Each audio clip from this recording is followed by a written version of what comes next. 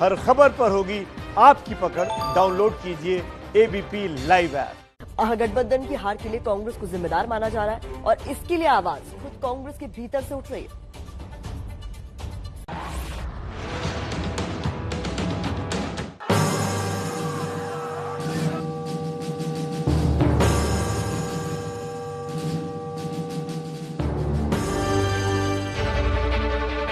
तेजस्वी का मुख्यमंत्री बनने का सपना सपना ही रह गया। सबसे बड़ी पार्टी बनकर भी मुख्यमंत्री की कुर्सी करीब आकर खिसक गई। हार के बाद तेजस्वी मीडिया के सामने पहली बार आए और हार के लिए तेजस्वी और महागठबंधन ने किसको बताया जिम्मेदार, पूरी वजह बयान के जरिए समझाएंगे। लेकिन उससे पहले महागठबंधन में शुरू हुए घमासान के बारे में जान लीजिए। महागठबंधन के प्रमुख दल कांग्रेस के खिलाफ अंदर से ही आवाज उठने लगी है। बिहार से आने वाले वरिष्ठ कांग्रेस नेता तारिक अनवर ने एबीपी न्यूज से खास बातचीत में जो कहा, उसको कांग्रेस आलाकमान को जरूर सुनना चाहिए। आप चुनाव परिणाम को देखिए तो महागठबंधन बिल्कुल जीत के नज़दीक पहुंच चुका था और महागठबंधन खास तौर पर लेफ्ट फ्रंट हो या आरजेडी हो, उनका परफॉर्मेंस अगर आप देखिएगा तो मोर देन 50% उनका परफॉर्मेंस है। तो उस हिसाब से कांग्रेस का जो परफॉर्मेंस रहा, जो स्ट्राइक रेट रहा, वो बहुत कम रहा। तो जो हकीकत है, ये तो सच्चाई है कि अगर कांग्रेस का स्ट्राइक रेट सही होता, उसी अनुपात में होता, तो आराम से हमारी सरकार बनती।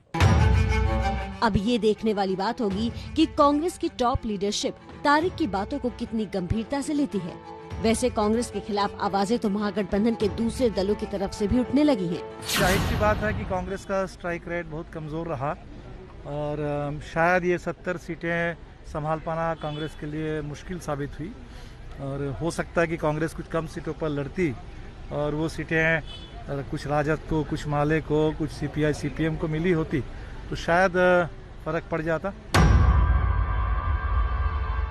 तारिक ने इसके अलावा ओवैसी की एआईएमआईएम के बिहार में जोरदार एंट्री को भी खतरे की घंटी बताया। एमआईएम जैसी पार्टी का बिहार में आना ये हमारे लिए शुभ संकेत नहीं है। मानते हैं कि हम लोगों ने उनको हल्केपन से लिया है।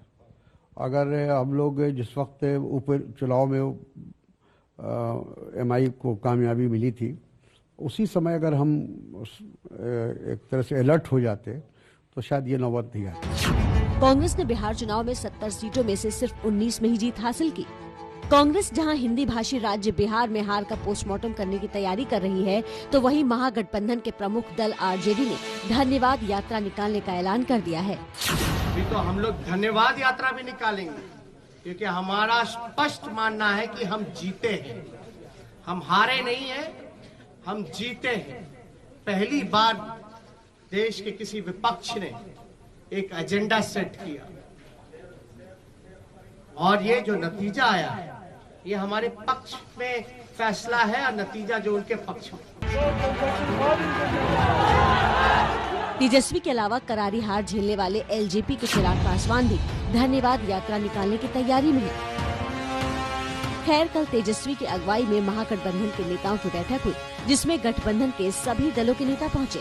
तेजस्वी ने मोदी नीतीश की जोड़ी पर जमकर अपनी भड़ास निकाली। धन बल छल, एक तरफ देश के प्रधानमंत्री, बहुत ही शक्तिशाली प्रधानमंत्री, और एक बिहार के मुख्यमंत्री, तमाम पूंजीपति एक तरफ रहे, जोड़ भाग गुना सब कुछ करने के बावजूद भी इस 31 साल के नौजवान को रोकने में नाकाम रहे। फिर भी राष्ट्रीय जनता दल को सिंगल लार्जेस्ट पार्टी होने से रोक नहीं पाए। अगर थोड़ी सी भी अंतरात्मा, नैतिकता नीतीश कुमार जी में बची होगी तो ये जो कुर्सी पर बैठने का जो शौक है, जोड़ तोड़ भाग गुना करके जो बैठने का शौक है, कहीं ना कहीं से उनको जनता के इस फैसले का सम्मान करते हुए कुर्सी से हट जाना चाहिए। तेजस्वी के निशाने पर इलेक्शन कमीशन भी था। तेजस्वी ने हार के लिए चुनाव आयोग को भी जिम्मेदार बताया। जनता का फैसला महागठबंधन के पक्ष में है, चुनाव आयोग का नतीजा एनडीए के पक्ष में है।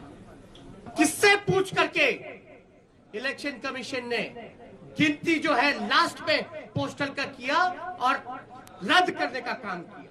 पहले क्यों नहीं काउंटिंग कराई गई? किसके दबाव में? अगर जहां भी पोस्टल अगर बाद में काउंट हुए हैं तो हमारी मांग है, क्योंकि 40 दिन तक सील्ड रहता है, रिकॉर्डेड होने चाहिए, वीडियोग्राफी लाइए, वैलिड इनवैलिड बैलेट पेपर्स को सामने रखिए और रिकाउंटिंग कराया जाए। तेजस्वी के इस आरोप पर बीजेपी की भी प्रतिक्रिया आई। वो हार गए हैं तो हार स्वीकार करें, अपनी कमियां तलाशें, कांग्रेस को इतनी सीटें क्यों दी इस पर आत्ममंथन और चिंतन करें। महागठबंधन में अब जिस तरह की बयानबाजी शुरू हो रही है वो हार के साइड इफेक्ट है, क्योंकि हार को स्वीकार करना भी किसी पॉलिटिकल पार्टी के लिए आसान नहीं होता।